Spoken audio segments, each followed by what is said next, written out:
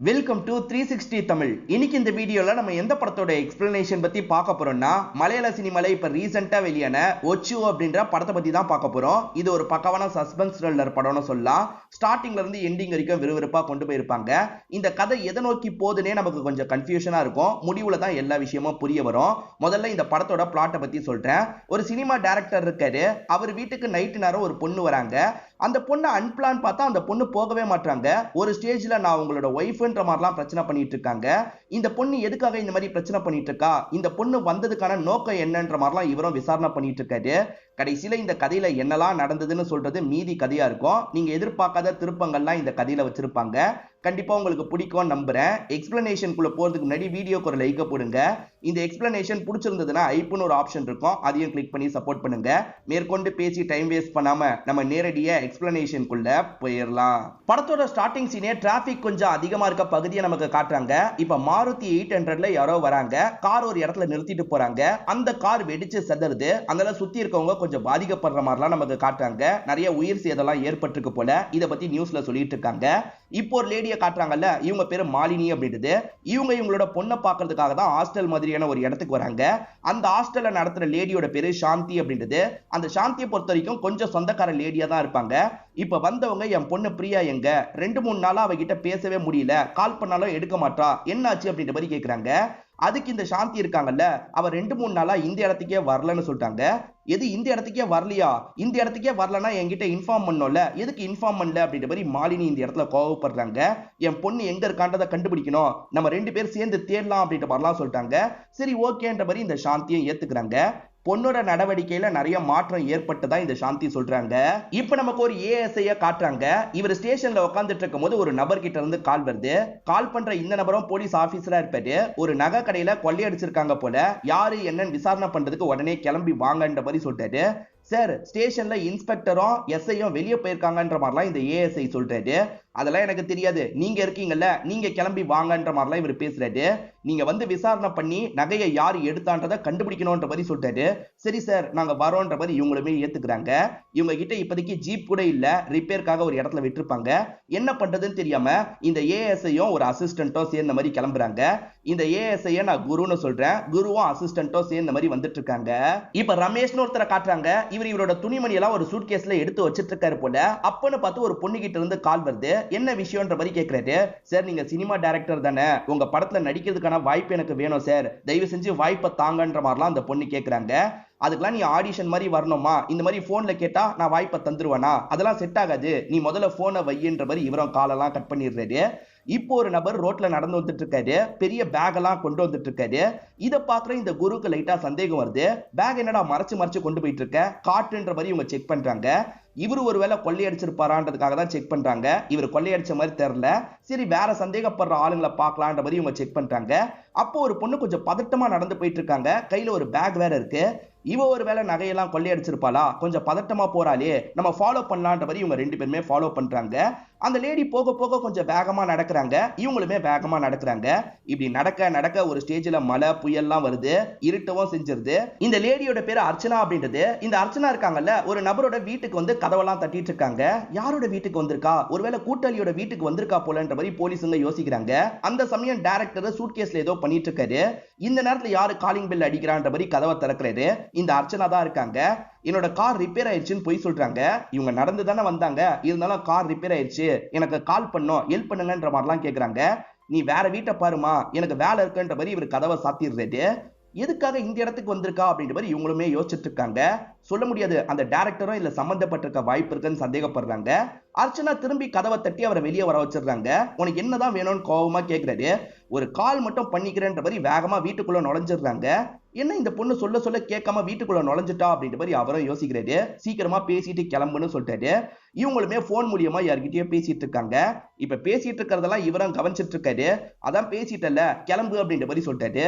Sir இப்படி ஈரமா நான் வெளியே போக முடியுமா சார், கொஞ்ச நேரம் உட்காந்து இதெல்லாம் காஞ்சதுக்கு அப்புறம் போயிடுறேன்ற மாதிரி சொல்லிட்டாங்க. அதெல்லாம் எனக்கு தெரியாது, இங்க இருந்து கிளம்புன்ற மாதிரி சொல்லிட்டாரு. ஆனா இவங்க என்ன பண்றாங்கன்னா வேகமா பாத்ரூம் நோக்கி போயிட்டு இருக்காங்க. இவர் தடுக்கிறதுக்கு எவ்வளவோ ட்ரை பண்றாரு, அதை மீறியும் பாத்ரூம் நோக்கி அவங்க போயிடுறாங்க. இது எல்லாத்தையும் வெளியே இருக்க அந்த குருவும் அசிஸ்டன்ட்டும் கவனிச்சிட்டு இருக்காங்க. இப்ப அந்த லேடி பாத்ரூம்குள்ள தானே போயிருக்காங்க, அங்க என்ன பண்றாங்கன்றதை செக் பண்ணலாம் அப்படின்ற மாதிரி யோசிக்கிறாங்க. நீ என்ன தூக்குன்ற மாதிரி அந்த அசிஸ்டன்ட் கிட்ட சொல்லிட்டாரு. அசிஸ்டன்ட்டோ குருவை தூக்குறாரு. குருவோ உள்ள என்ன நடக்குதுன்றதெல்லாம் எட்டி பாக்குறாரு. அசிஸ்டன்ட் என்ன நடக்குதுன்னு கேக்குறாரு. ஆனா இவர் இந்த பொண்ணு ட்ரெஸ்ஸை கலட்டுறத மும்மரமா பார்த்துட்டு இருக்காரு. ஒரு ஸ்டேஜ்ல அந்த பொண்ணு பார்த்து பயத்துல கத்த ஆரம்பிச்சிடுறாங்க. இப்ப இந்த குருவும் அசிஸ்டன்ட்டும் பயந்து வேகமா இங்க இருந்து ஓடி போய் ஒளிஞ்சுக்கிறாங்க. இப்ப அந்த அர்ச்சனா இருக்காங்கல்ல, யாரோ எட்டி பார்த்தாங்கன்ற மாதிரி சொல்லிட்டாங்க. இங்க யார் எட்டி பார்க்க போறா, அதெல்லாம் யாரும் இருக்க மாட்டாங்க, நீ வேணும்ட்டே தானே பண்ணிட்டு இருக்க, சீக்கிரமா கிளம்பு அப்படின்ற மாதிரி அந்த டைரக்டர் ரமேஷும் சொல்லிட்டு இருக்காரு. நல்ல வேலை கொஞ்சம் தான் மாட்டிருப்போன்ற மாதிரி குரு யோசிக்கிறாரு.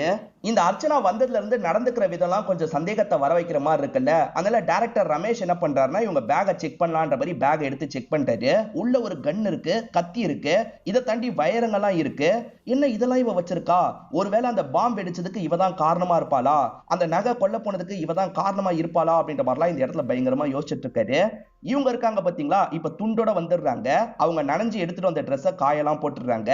இப்போதைக்கு வேற ட்ரெஸ் போடணுமே, என்ன பண்றது அப்படின்ற மாதிரி இவரோட கபோர்டெல்லாம் ஓபன் பண்றாங்க. இவரோட ட்ரெஸ் இருக்கு பாத்தீங்களா, அதுல ஒரு ட்ரெஸ் எடுத்து போட்டுக்கிறாங்க. இப்ப அந்த ட்ரெஸ்ஸோட வெளியே வரதை இவர் பாக்குறாருல, எதுக்காக என்னோட ட்ரெஸ் எடுத்து போட்ட, நீ முதல்ல இங்க இருந்து கிளம்புன்ற மாதிரி சொல்லிட்டாரு. சார் தயவு செஞ்சு கொஞ்ச நேரம் இருக்க விடுங்கன்ற மாதிரி இவங்களும் பேசிட்டு இருக்காங்க. இவ யாருக்கு கால் பண்ணான்றதை தெரிஞ்சுக்கணும், ஏன்னா இவ கொஞ்சம் வில்லங்கமான ஆளா தெரியுறா அப்படின்ற மாதிரி இவருமே போன் கிட்ட வந்துடுறாரு. ரீடெயில் பட்டனை பிரஸ் பண்றாரு. கடைசியா யாருக்கு கால் பண்ணாங்களோ அவங்களுக்கு தானே கால் போகும். ஆனா அந்த கால் போகவே மாட்டேங்குது. அதாவது தப்பான நம்பருக்கு தான் இவங்க பேருக்கு கால் பண்ணிருக்காங்கன்னு இவருக்கு தெரிய வருது. நீ இதுக்கு முன்னாடியே ஃபேக்கா தான் கால் பண்ணிருக்க, உண்மையில நீ யாருன்ற மாதிரிலாம் கேக்குறாரு. உண்மையிலேயே என்னோட கார் பிரேக் டவுன் ஆயிருச்சு, நான் வீட்டுக்கு கால் பண்ணிருக்கேன், இன்னும் கொஞ்ச நேரத்துல வந்து கூட்டு போயிடுவாங்கன்ற மாதிரிலாம் அர்ச்சனா சொல்றாங்க. ஆனா இவரை நம்புற மாதிரியே இல்ல. உன்னை என்னால நம்ப முடியல, நீ முதல்ல இங்க இருந்து கிளம்பு அப்படின்ற மாதிரி தரன்னு இழுத்துட்டு வந்துட்டு இருக்காரு. சார் மழை பெய்யுது, இந்த நேரத்துல என்ன அனுப்புவீங்களான்ற மாதிரி இவங்க திரும்பி திரும்பி வீட்டுக்குள்ள ஓடி போயிட்டு இருக்காங்க. எப்படியாவது இவங்களை வெளியே தள்ளிடணும் அப்படின்ற மாதிரி இவரும் ட்ரை பண்ணிட்டு இருக்காரு. என்ன இவங்க ரெண்டு பேரே சண்டை போடுறாங்க, அப்ப இவங்க ரெண்டு பேரும் பார்ட்னர்ஸ் எல்லாம் கிடையாது போல, இவங்களுக்குள்ளேயே பிரச்சனை இருக்கு போலன்ற மாதிரி போலீஸுங்க யோசிக்கிறாங்க. இப்ப இந்த அர்ச்சனாவும் பொய்யா ஒரு கதையை சொல்ல ஆரம்பிக்கிறாங்க. அது என்னன்னா, என்னோட சொந்தக்காரங்களாலேயே எனக்கு பிரச்சனை இருக்கு, சொந்தக்காரங்க என்ன மிரட்டுறதுக்காக அடிக்கடி ரவுடிங்களை எல்லாம் அனுப்புவாங்க, நான் ரொம்ப கஷ்டத்துல இருக்கேன், இந்த பாவப்பட்ட பொண்ணுக்கு ஹெல்ப் பண்ணுங்கன்ற மாதிரிலாம் பேசுறாங்க. இவங்க பேசுற எதையும் இவரால நம்பவே முடியல. இவங்க பேசிட்டு இருக்க எல்லா விஷயத்தையும் வெளியே இருக்க குரு கவனிச்சிட்டு இருக்காருல. குருவை பொறுத்த வரைக்கும் இந்த லேடியை விசாரணை பண்ணணும்னு நினைக்கிறாரு. நம்ம ரவுடி மாதிரி உள்ள நுழைஞ்சா என்ன, ஏன்னா இவ சொல்ற கதையில ரவுடிங்க வந்து மிரட்டுவாங்கன்னு இருக்குல்ல, நான் அந்த ரவுடி மாதிரி நுழைய போறேன்ற மாதிரி அசிஸ்டன்ட் கிட்ட சொல்றாரு. இவங்க பாட்டுக்கு பேசிட்டு இருக்கும் போது அந்த நபர் என்ன பண்றாருன்னா ரவுடி வேஷத்துல நுழைஞ்சிடுறாரு. அவர் யூனிஃபார்ம் எல்லாம் கழட்டி வச்சுட்டு ரவுடி மாதிரி வந்துடுறாரு. வந்தவரை இவங்களை தரன்னு இழுத்துட்டு போறதுக்கு ட்ரை பண்றாரு. அந்த ரவுடி தான் இவன் போல அப்படின்ற மாதிரி இங்க இருக்க டைரக்டருமே யோசிக்கிறாரு. இவர் காப்பாத்தலாம் மாற்றாரு, இழுத்துட்டு போகட்டும் அப்படின்ற மாதிரி விட்டுறாரு. ஹெல்ப் பண்ணுங்கன்ற மாதிரிலாம் அர்ச்சனா கேக்குறாங்க. அப்பயே இந்த டைரக்டர் ஹெல்ப் பண்ண மாட்டாரு. இந்த நபர் இருக்காருல, தரன்னு வெளியே இழுத்துட்டு வந்துட்டு இருக்காரு. வெளியே பார்த்தா ஒரு போலீஸ் இருக்காரு. அவர் இவரை விட சீனியர் போல. அவரை பாக்குற இவருக்கு என்ன பண்றதுன்னு தெரியல. இவர் போலீஸ் சொல்ல மாட்டாரு. என்னடா ஒரு பொண்ணை இழுத்துட்டு போயிட்டு இருக்கியான்ற மாதிரி அந்த போலீஸ் வேற இவரை போட்டு சம்மடி அடிச்சிடுறாரு. இவர் பயத்துல ஓடிடுறாரு. என்னமாச்சுன்னு கேட்கும்போது கதவை திறக்கிறதுக்காக வந்தேன், என்னை இழுத்துட்டு போறதுக்கு ட்ரை பண்ணா, என் ஹஸ்பண்ட் கிட்ட மட்டும் போய் விட்டுருங்கன்ற மாதிரி இவங்க கேக்குறாங்க. சரி வான்ற மாதிரி அவரும் உள்ள கூட்டு வந்துட்டு இருக்காரு. இந்த சமயமும் டைரக்டர் சூட் கேஸை வச்சு ஏதோ பண்ணிட்டு இருக்காரு. அதுக்குள்ள யாரோ காலிங் பெல் அடிக்கிறாங்க. போலீஸ் தான் வந்திருக்காரு. உங்க ஒய்ஃபை எவனோ இழுத்துட்டு போறதுக்கு ட்ரை பண்ணா, நான் தான் காப்பாத்தி கூட்டு வந்திருக்கேன் அப்படின்ற மாதிரிலாம் இந்த போலீஸ் சொல்றாரு. இந்த போலீஸை இப்போதைக்கு நான் இன்ஸ்பெக்டர்னு சொல்றேன். இன்ஸ்பெக்டர் இந்த மாதிரி சொல்லும் போது ரமேஷ் இருக்கார்ல, இவ என்னோட ஒய்ஃபே இல்லன்ற மாதிரி சொல்றாரு. ஒய்ஃபுக்கும் இவருக்கும் சண்டை போல, அதனால தான் இப்படி பேசுறாரு அப்படின்ற மாதிரி இன்ஸ்பெக்டர் யோசிக்கிறாரு. இது அர்ச்சனாவும் புடிச்சுக்கிறாங்க. ஆமா சார், எனக்கும் இவருக்கும் சின்னதா சண்டை போடும் போதெல்லாம் ஒய்ஃபே இல்லன்ற மாதிரி இவர் சொல்லுவாரு, நீங்க அதை பெருசா எடுத்துக்காதீங்கன்ற மாதிரி சொல்லிட்டாங்க. இந்த இன்ஸ்பெக்டருமே அவரோட போன் ரிப்பேரா இருக்கிறதுனால கால் பண்றதுக்காக தான் இந்த இடத்துக்கு வந்திருப்பாரு.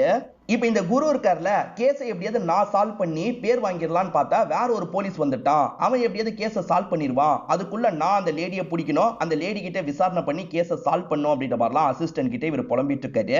இப்ப அப்படியே கட் பண்ணி உள்ள இருக்க இன்ஸ்பெக்டரை நமக்கு காட்டுறாங்க. இன்ஸ்பெக்டரோட போன்ல சார்ஜ் கம்மியா இருக்கு போல, இந்த இடத்துல சார்ஜ் எல்லாம் போட்டுறாரு. கொஞ்ச நேரம் இந்த இடத்துல இருந்துட்டு போலான்ற மாதிரி நினைக்கிறாரு. திரும்பியும் ரமேஷ் இருக்கார்ல, சார் அவ சொல்றது பொய் சார், அவ இந்த மாதிரி தான் வந்தா, இப்ப ஒய்ஃப்னு பொய்யா ஒரு கதையை சொல்லிட்டு இருக்கான்ற மாதிரிலாம் சொல்லிட்டு இருக்காரு. அந்த இடத்துக்கு கரெக்டா அர்ச்சனா வந்துடுறாங்க. அர்ச்சனா இவர்கிட்ட ரொம்ப நெருக்கமா பேசுற மாதிரி பேசுறாங்க. அத்தான், அடுத்தவங்க கிட்ட என்ன பத்தி இப்படிதான் சொல்லுவீங்களா? நீங்க அடிக்கடி மனைவியே இல்லைன்னு சொல்றது கூட ஓகே, ஆனா அடுத்தவங்க கிட்ட இப்படி சொல்றது எனக்கு கஷ்டமா இருக்கு, போங்க அத்தான் அப்படின்ற மாதிரி இவங்க கோவமா பேசிட்டு இங்க இருந்து கிளம்பி போறாங்க. அதாவது மனசு கஷ்டப்பட்டு பேசிட்டு போற மாதிரி பேசிட்டு போறாங்க. இதெல்லாம் கவனிக்கிற போலீஸ் இருக்கார்ல, ஹஸ்பண்ட் ஒய்ஃபுக்குள்ள சண்டை ஏற்படுறது சகஜம் தான், அதுக்காக என்கிட்ட ஷேர் பண்றது கொஞ்சம் தப்பு தான் சார், உங்க ஒய்ஃப் சொல்றது சரிதான்ற மாதிரி சொல்றாரு. சார் அவ என்னோட ஒய்ஃபே இல்ல சார், புரிஞ்சுக்கோங்க அப்படின்ற மாதிரி இவரும் புலம்புறாரு. ஒய்ஃப் இல்லன்றதை உங்களுக்கு ப்ரூவ் பண்றேன், அவ பேக் எடுத்து செக் பண்ணுங்க, அவ பேக் உள்ளதான் கொண்டு போயிருக்கா கேளுங்கன்னு சொல்றாரு. இந்த இன்ஸ்பெக்டர் இருக்கார்ல, உன் பேக தாமான்னு கேக்குறாரு.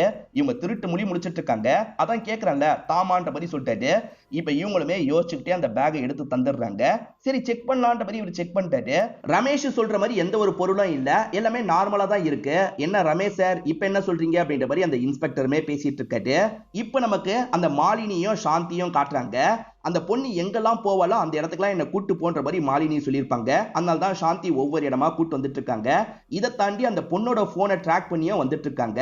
இந்த சைடுல குரு என்ன பண்றது அப்படின்ற மாதிரிலாம் யோசிக்கிறாரு. இந்த குரு பேசிட்டு இருக்க சவுண்ட் உள்ள இருக்கவங்களுக்கு கேக்குதுல, யாரோ உங்க வீட்டுல ஒளிஞ்சிருக்காங்க போல அப்படின்ற மாதிரி இந்த இன்ஸ்பெக்டர் செக் பண்றதுக்காக வராரு. அப்படி செக் பண்றதுக்காக வரும்போது அங்க யாருமே இல்லன்றது தெரிய வருது. யாரும் இல்ல போல, நான் தான் கற்பனை பண்ணிருக்கேன் போலன்ற மாதிரி சொல்லிட்டாரு. சார் நம்ம வீட்டுக்கு வந்து எவ்வளவு நேரம் ஆச்சு, இவர் சாப்பிடுறதுக்கு ஏதாவது ரெடி பண்ணு அப்படின்ற மாதிரி ரமேஷும் அர்ச்சனாவை பார்த்து சொல்லிட்டாரு. ஒன்னால மட்டும் தான் பிளே பண்ண முடியுமா, என்னாலையும் பிளே பண்ண முடியும், நானே ஒரு டைரக்டர் அப்படின்ற மாதிரிலாம் சொல்லிட்டாரு. இப்ப இவங்களுமே சிரிச்சுக்கிட்டே கிச்சன்ல வேலை பார்க்கறதுக்காக போயிடுறாங்க. இந்த சமயம் குரு இருக்காரு பாத்தீங்களா, எலும்பு கூடு மாஸ்க் மாதிரி ஒன்னு போட்டு உள்ள நுழைஞ்சிட்டு இருக்காரு. இந்த சமயம் இன்ஸ்பெக்டரும் ரமேஷும் உட்காந்து பேசிட்டு இருக்காங்க. சார் என்ன பொறுத்த வரைக்கும் நூடுல்ஸ் முட்டைனா ரொம்ப பிடிக்கும், இத பத்தி அவளுக்கு தெரியாது, ஏன்னா அவ தான் என்னோட ஒய்ஃபே இல்லல்ல, நீங்க வேணா பாருங்க அவ வேற ஏதாவது தான் சமைச்சு எடுத்துட்டு வருவா அப்படின்ற மாதிரிலாம் இவர் பேசிட்டு இருக்காரு. இப்ப அர்ச்சனாவும் இந்த இடத்துல சமையல் வேலையெல்லாம் பார்த்துட்டு இருக்காங்க. அப்ப அந்த மாஸ்க் போட்ட குரு இருக்காரு பாத்தீங்களா, இந்த இடத்துக்கு தான் வந்துட்டு இருக்காரு. ஒரு ஸ்டேஜ்ல இவங்களுமே பார்த்து பயத்துல கத்த ஆரம்பிச்சிடுறாங்க. என்ன இப்படி கத்துறாங்க அப்படின்ற மாதிரி வேகமா அவங்க ரெண்டு பேரும் இந்த இடத்துக்கு வந்துட்டு இருக்காங்க.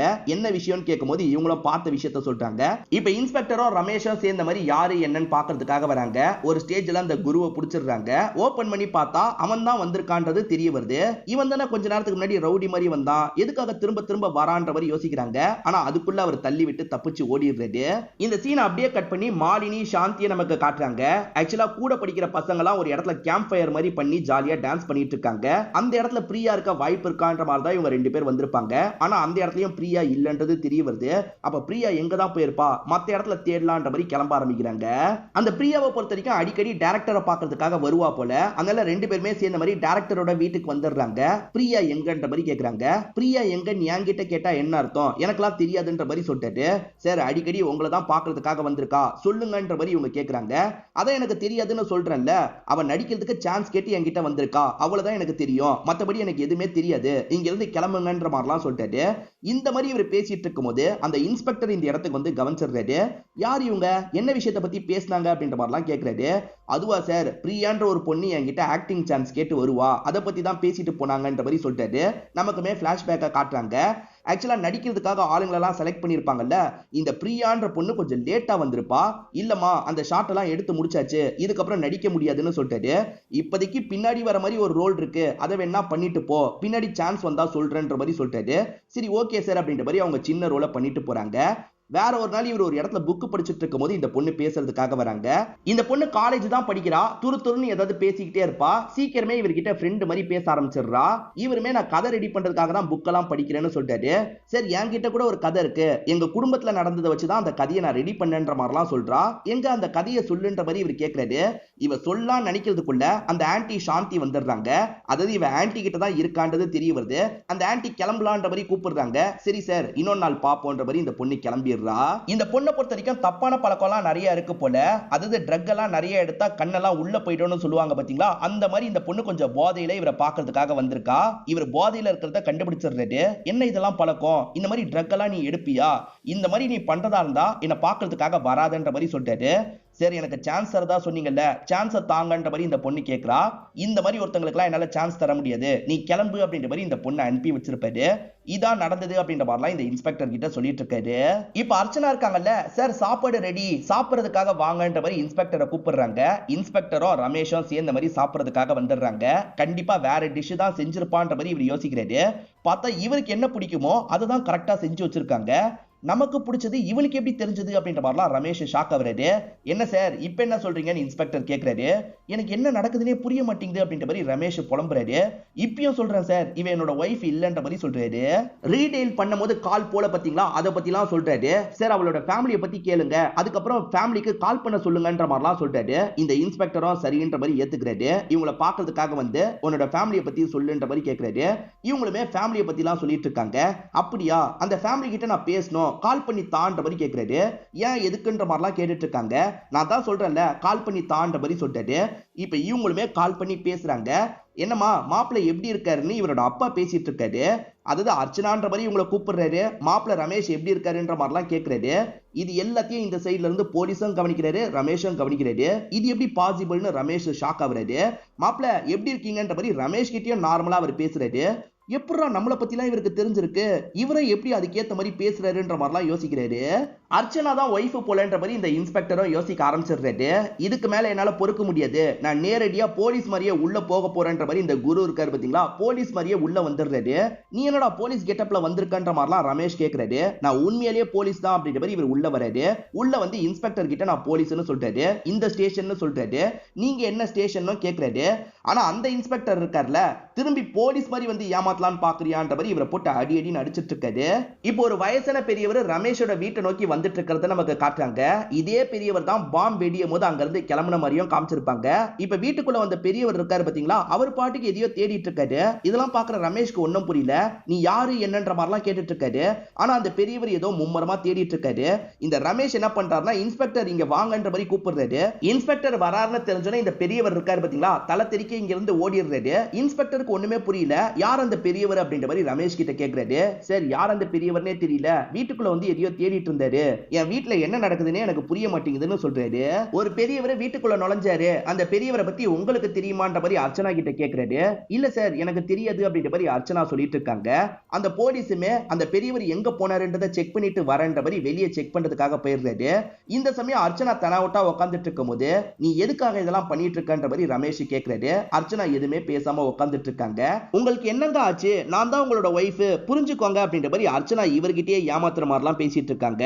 இவருமே உண்மையை சொல்லுன்ற மாதிரி கேட்டுட்டு இருக்காரு. ஆனா இவங்க இருக்காங்கல்ல, ஏமாத்துற மாதிரி பேசிட்டு சைலண்டா அங்கிருந்து கிளம்பிடலாம் நினைக்கிறாங்க. அப்படி கிளம்பி போயிட்டு இருக்கும்போது இவர் சிரிக்க ஆரம்பிச்சிடுறாரு. இவர் எதுக்கு சிரிக்கிறாருன்ற மாதிரி யோசிக்கிறாங்க. நீங்க யாருன்னு எனக்கு தெரியும்னு சொல்றாரு. இவங்களோட பேக்கை செக் பண்ணும் போதே பேக்ல இருக்க ஐடி கார்டை பார்த்திருப்பாரு. அதாவது பாம்பு வெடிச்சது பாத்தீங்களா, அதை பத்தி இன்வெஸ்டிகேஷன் ஆபீசரா ஒருத்தங்களை போட்டிருப்பாங்க. அந்த ஆபீசர் தான் இந்த லேடின்றது இவருக்கு தெரிஞ்சிருக்கும். விசாரணைக்காக வந்த நீங்க எதுக்காக என்னோட வீட்ல டைமை வேஸ்ட் பண்ணிட்டு இருக்கீங்கன்ற மாதிரி இவர் கேட்கிறாரு. இவங்களுமே சில காரணத்தை சொல்ல ஆரம்பிக்கிறாங்க. இவங்க உண்மையிலேயே பெரிய ஆபீசரா தான் இருப்பாங்க. அந்த பாம்பு வெடிச்சதுல சம்பந்தப்பட்ட ஆளுங்களை பத்தி விசாரிக்கும் போது அடிக்கடி அவங்க டைரக்டர் வீட்டு பக்கம் வந்துட்டு போனது தெரிய வந்திருக்கும். இதை தாண்டி பிரியான்ற பொண்ணோட சாவுலையும் இந்த டைரக்டருக்கு பங்கு இருக்கான்ற மாதிரி உங்களுக்கு சில டவுட்லாம் இருக்கு. அதெல்லாம் தெரிஞ்சுக்கிறதுக்காக தான் வந்திருக்குன்னு சொல்றாங்க.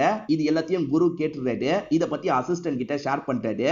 அப்ப அவங்க நமக்கு மேல் ஆபீசர் போல அப்படின்ற மாதிரிலாம் யோசிக்க ஆரம்பிக்கிறாங்க. இப்ப இவங்க ரெண்டு பேருமே சேர்ந்த மாதிரி உள்ள வந்துடுறாங்க. மேடம் நீங்க ஆபீசர்னு எங்களுக்கு இப்பதான் தெரிய வந்தது, நாங்களுமே அந்த நகை கடையோட கொள்ளையை பத்தி விசாரிக்கிறதுக்காக தான் வந்திருக்கோம் அப்படின்ற மாதிரிலாம் சொல்லிட்டு இருக்காங்க. இந்த சமயம் அந்த இன்ஸ்பெக்டர் மிஸ் ஆகுறாரு. இன்ஸ்பெக்டர் எங்க போனாருன்னு தேடிட்டு இருக்காங்க. இன்ஸ்பெக்டர் ஒரு பேக்கை தூக்கிட்டு சைலண்டா இங்க இருந்து கிளம்ப பாக்குறாரு. ஆனா அதுக்குள்ள இந்த ரமேஷ் லாக் பண்ணி புடிச்சிடுறாரு. இப்ப எல்லாருமே இந்த இடத்துக்கு வந்த மாதிரி இவரை புடிச்சிடுறாங்க. அப்பதான் இவர் இன்ஸ்பெக்டர் கிடையாது, ஏமாத்திட்டு இருக்காரு அப்படின்றது தெரிய வருது. பேக்குக்குள்ள என்ன இருக்குன்னு செக் பண்ணா போதை மருந்து இருக்கு பாத்தீங்களா, அதுதான் நிறைய இருக்கு. இவ்வளவு போதை மருந்து ஏதுரா அப்படின்ற மாதிரி கேக்குறாங்க. இந்த வீட்டுல இருந்து தான் எடுத்தன்ற மாதிரி இவர் சொல்றாரு.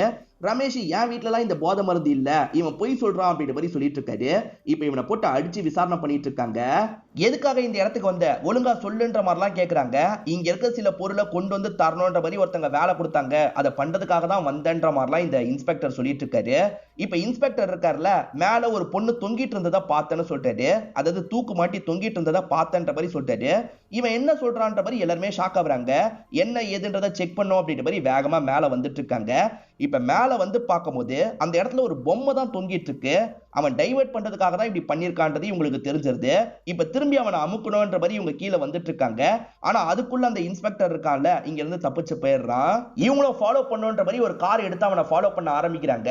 இப்ப சாந்தியை நமக்கு காட்டுறாங்க. சாந்தி போன்ல யார்கிட்டயோ பேசிட்டு இருக்காங்க. நான் அந்த வேலையை முடிச்சிடுறேன், அப்படி முடிச்சிடுறேன், இப்படி முடிச்சிடுறேன்னு பேசிட்டு இருக்காங்க. இதெல்லாம் கவனிக்கிற மாலினிக்கு டவுட் வருது. இவ ஏதோ தப்பான வேலை பண்றா போலன்னு யோசிக்கிறாங்க. நீ ஏதோ தப்பான வேலை பண்ற, அதுல என்னோட பொண்ணியை யூஸ் பண்ணிருக்க போல, ஒழுங்கு மரியாதையா உண்மையை சொல்லுன்ற மாதிரி கேக்குறாங்க. ஆனா இந்த சாந்தி தெனாவட்டா பேசுறாங்க. உன் பொண்ணு ஒன்னும் அவ்வளவு ஒழுங்கு இல்ல, அவளே ரொம்ப மோசமானவதான் அப்படின்ற மாதிரி பேசிட்டு இருக்காங்க. அப்பன்னு பார்த்து யாரோ கதவை தட்டுறாங்க. கதவை திறந்தா அந்த இன்ஸ்பெக்டர் தான் வந்திருக்காரு. நீங்க கேட்டதை ரெடி பண்ணிட்டேன் அப்படின்ற மாதிரி பேகை இவங்க கிட்ட தராரு. இவர் உண்மையான இன்ஸ்பெக்டர் கிடையாது. இவரோட பேரு நகுலன் அப்படின்றது. இவர் சாந்தி கிட்ட வேலை பார்க்கிறவரா இருப்பாரு. கண்டிப்பா இந்த சாந்தி ஏதோ தப்பு பண்ணிட்டு இருக்கான்றது மாலினிக்கு தெரிஞ்சிருது. அந்த பேக்ல என்ன இருக்கு, காட்டு காட்டுன்னு பேகை பிரிச்சு பார்க்கலாம்னு நினைக்கிறாங்க. ஆனா அதுக்குள்ள இவங்க இருக்காங்கல்ல, முதல்ல நீ ஒரு ஓரமா போய் உட்காருன்ற மாதிரி புடிச்சு தள்ளி விடுறாங்க. இந்த சண்டை நடந்துட்டு இருக்கும்போது அர்ச்சனாவும் மொத்த டீமும் இந்த இடத்துக்கு வந்துடுறாங்க. சோ இதுக்கெல்லாம் பின்னாடி இந்த சாந்தி தான் இருக்கா போலன்ற மாதிரி யோசிக்கிறாங்க. மேடம், இந்த சாந்தி ஏதோ தப்பு பண்றா போல, கொஞ்ச நேரத்துக்கு முன்னாடி போலீஸ் கெட்டப்ல ஒருத்தன் வந்தான்ற மாதிரிலாம் சொல்லிடுறாங்க. இவங்களுமே அவனை அமுக்கணும்ன்ற மாதிரி மேல வந்துட்டு இருக்காங்க. அவன் மேலதான் இருந்திருப்பான். இப்ப மேல அவனை அமுக்கிடுறாங்க. சாந்தி இந்த இடத்தை வச்சு நிறைய இல்லீகல் வேலை பண்ணிட்டு இருக்கிறதெல்லாம் இவங்களுக்கு தெரிய வருது. இப்ப மத்த ஆளுங்களையும் இந்த இடத்துல அமுக்கிட்டு இருக்காங்க. இப்ப சாந்தி இந்த கேப்ல என்ன பண்றாங்கன்னா, ஒரு கன்னை வச்சு இங்க இருக்க அர்ச்சனாவை மிரட்டுறாங்க. பக்கத்துல வந்தீங்கன்னா இவளை ஷூட் பண்ணிடுவேன்ற மாதிரிலாம் மிரட்டிட்டு இருக்காங்க. இப்ப போலீஸுங்களால பக்கத்துல போக முடியல.